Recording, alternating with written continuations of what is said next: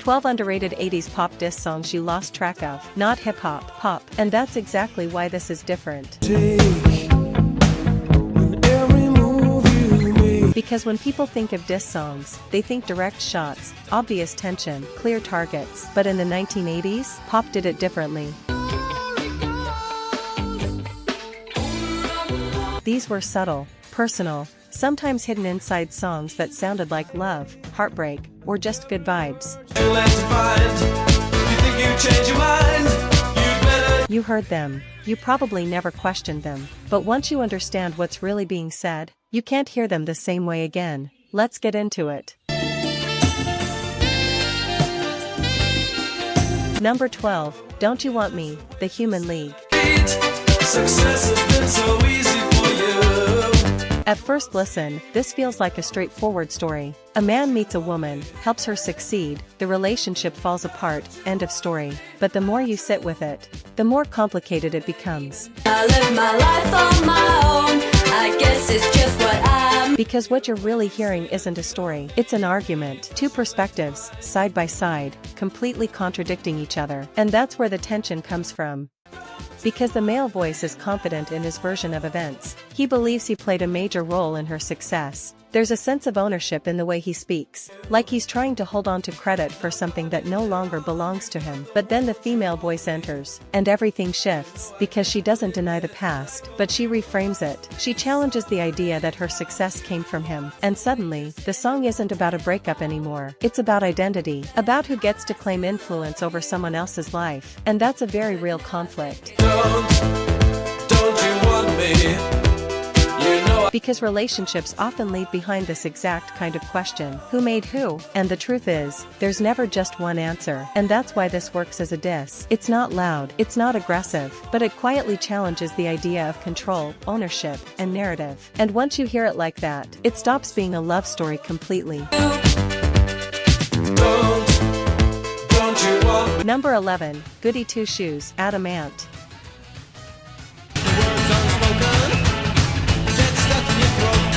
On the surface, this feels almost playful, like a catchy, rebellious pop track with a bit of attitude, but underneath that, there's something sharper, because this song didn't come out of nowhere. It came from constant scrutiny, from being watched, analyzed, and questioned, not just as an artist, but as a person. And the line that defines everything is simple: don't drink, don't smoke, what do you do? At first, it sounds harmless, but think about it. That question only exists because someone expects a different answer. It's loaded with assumptions, with judgment, with the idea that if you're not fitting a certain lifestyle, something must be wrong. Make sure they get you good side. And Adamant doesn't answer it directly. Instead, he turns it into a performance. Don't follow fashion, that'd be a joke. He exaggerates the tone, leans into the sarcasm, and by doing that, he flips the power dynamic. Because now the question sounds ridiculous. And that's what makes this a diss. It's not directed at a single person. It's aimed at the system around him, the media, the expectations, the pressure to conform. And if you've ever felt like people were trying to define you before you had the chance to define yourself, you understand exactly what this song is pushing back against. Number 10, Would I Lie to You? Eurythmics. From the very first second, this feels different. There's no build-up, no soft entry. It starts in the middle of something, and that's intentional, because this isn't the beginning of a conversation. It's the aftermath, the point where everything has already been said, and now only the emotion remains. The title itself is interesting. Would I lie to you? It's framed like a question, but it doesn't feel like one. Because there's no curiosity behind it. It's rhetorical, almost defensive. And that tells you everything. Because when someone starts speaking like this, they're not trying to convince you anymore. They're trying to assert something. To stand firm in their version of the truth. And what makes this feel like a diss is the tone. It's controlled, but firm. There's no begging here. No attempt to repair things. Just distance. And if you've ever been in a situation where communication breaks down completely, you know this moment. The moment where you stop explaining yourself, because you realize it doesn't matter anymore. And that silence? that emotional separation, that's where the DISS lives. Number 9, Shout, Tears for Fears. This one sounds big, like stadium big, like something meant for crowds, for voices all coming together at once. But here's what's interesting. When you really listen to it alone, it doesn't feel like a crowd song. It feels personal. And that's the first shift, because on the surface, this sounds like a protest, a release, something loud and external, but underneath that, this is internal. This is what happens when something builds up over time. Not one moment, not one situation, but layers, pressure stacking on pressure, being told how to think, how to act, what to feel, and at first, you deal with it, you adjust, you move around it, but over time, it doesn't go away, it builds. And if you've ever been in a situation where you kept holding things in, trying to stay calm, trying not to react, you already know what comes next. There's always a moment, a breaking point, and it doesn't come out clean. It doesn't come out organized, it just comes out. And that's what this song captures, that exact release. But here's where it gets deeper, because it's not aimed at one person. It's not even clear who it's directed at. And that's what makes it powerful, because now it becomes universal. It becomes about systems, expectations, authority, the invisible rules that shape behavior without you even realizing it. And here's the uncomfortable part. Sometimes you don't even know what you're reacting to. You just know something doesn't feel right. And when that pressure finally releases, it sounds like this, loud, emotional, unfiltered. And if you've ever had a moment where everything just came out at once, and afterward you sat there like, yeah, I've been holding that in for a while, you understand this song on a completely different level. And that's why it works as a diss, because it's not calling out one person, it's rejecting everything that built that pressure in the first place. Number 8, You Spin Me Round, Like a Record, Dead or Alive. At first, this feels like pure movement, energy, something designed for the dance floor. And if you heard this in a club, at a party, even just through headphones, you probably didn't think twice about it. It just felt good. But listen again, really listen, because underneath that energy, there's repetition, and not just musically, emotionally, the same idea, over and over, the same feeling, looping, and that changes everything. Because now it doesn't feel like excitement, it feels like a cycle, and cycles? They're tricky, because when you're inside one, it doesn't always feel like you're stuck. Sometimes it feels like momentum, like something is happening, like something is moving forward, but then you step back, and you realize you've been in the same place the whole time. And if you've ever been in a relationship like that, you already know, the kind where things keep restarting, same conversations, same issues, same outcome, over and over again, and each time, it feels like maybe this time will be different, but it never is. And that's where this song hits. Because now that energy, it doesn't feel free anymore. It feels exhausting, like being pulled back into something you already know the ending to.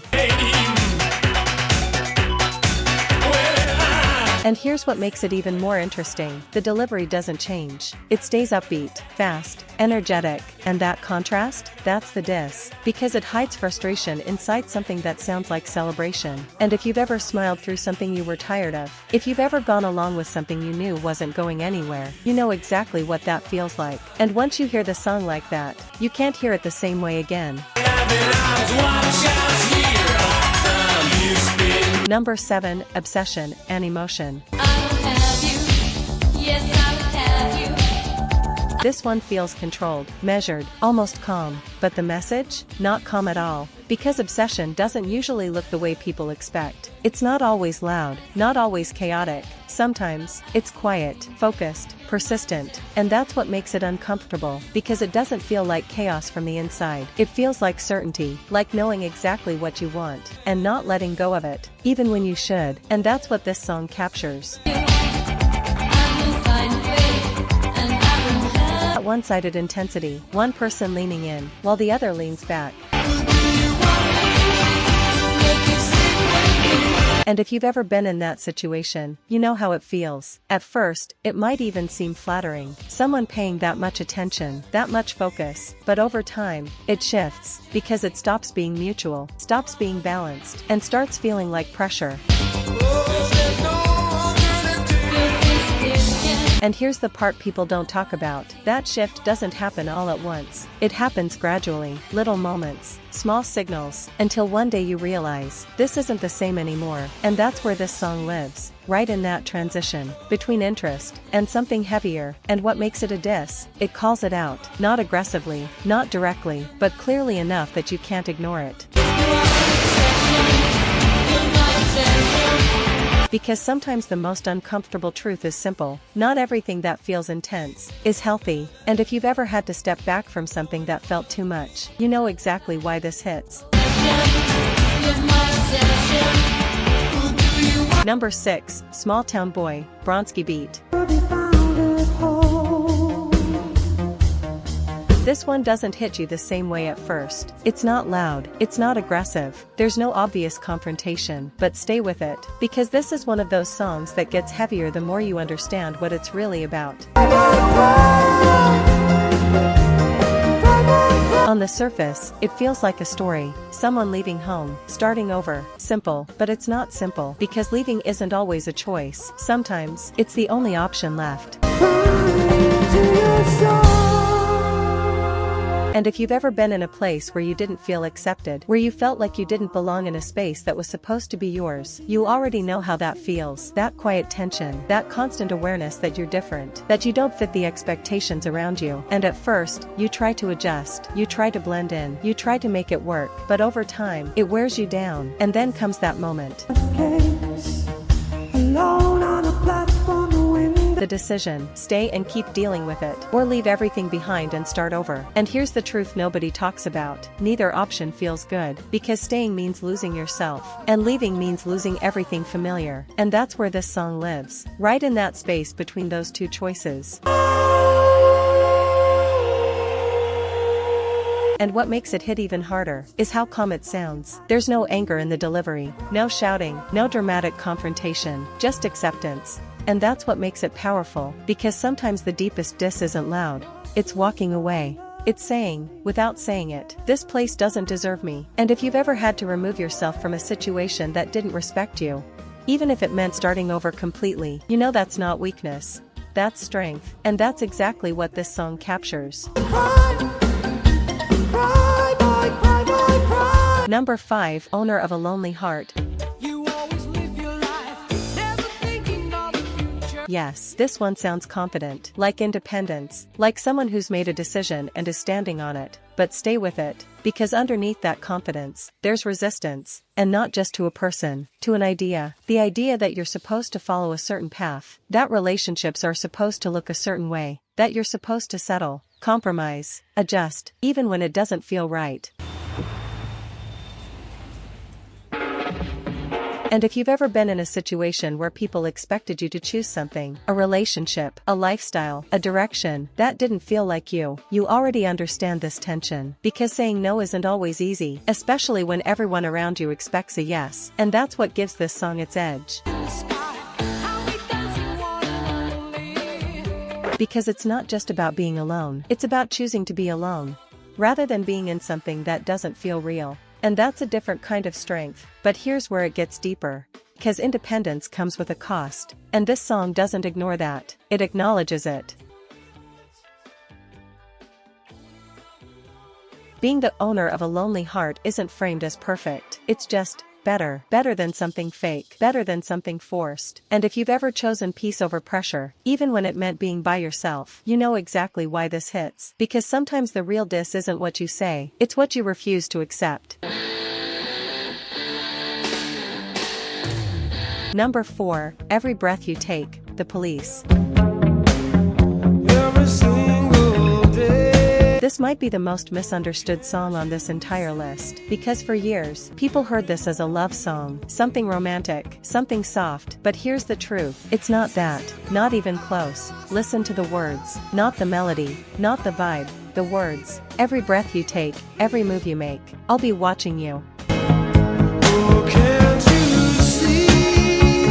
that's not affection, that's surveillance, that's control. And once you hear it that way, everything changes. Because now the tone feels different. The calm delivery, it doesn't feel comforting anymore. It feels unsettling. And that contrast, that's what makes this song powerful. Because it hides intensity inside something that sounds gentle. And that's real. Step you take, I'll be watching you. Because control doesn't always look aggressive. Sometimes it looks calm, measured, even caring, on the surface. And that's what makes it dangerous. Because it's harder to recognize, harder to call out. And if you've ever been in a situation where something felt off, you couldn't quite explain why.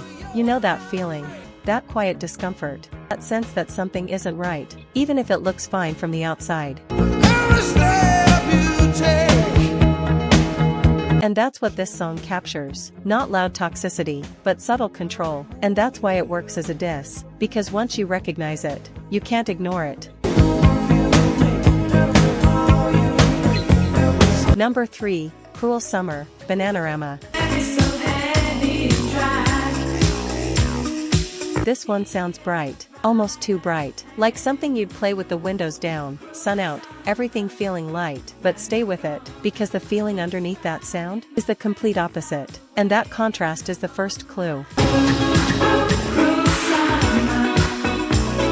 Because this isn't a summer anthem, it's a contradiction. And if you've ever gone through something heavy while everything around you looked normal, you already understand this. Because on the outside, everything can look fine. People smiling, life moving, the world continuing like nothing's wrong. But internally, it's different. And that's where this song lives. In that disconnect between what's happening around you and what you're feeling inside. And here's what makes it deeper.